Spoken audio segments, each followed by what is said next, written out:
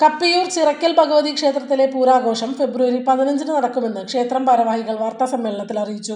ക്ഷേത്രത്തിലെ ചടങ്ങുകൾ പുലർച്ചെ 5 ആരംഭിക്കും. രാവിലെ 6 നടക്കൽ പറ സമർപ്പണം തുടങ്ങും.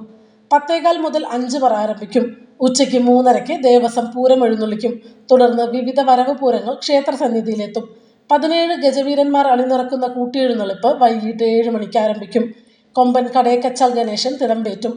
കോട്ടപ്പടി സന്തോഷ് മാരാരുടെ നേതൃത്വത്തിലുള്ള മേളം അകമ്പടിയാകും. വൈകിട്ട് 7:30 താഴത്തേക്കാവിൽ വേല ആരംഭിക്കും.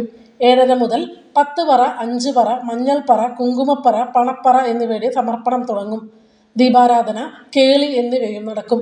രാത്രി 9 ഫാൻസി വെടിക്കെട്ടും തുടർന്ന് തായമ്പകയും അരങ്ങേറും.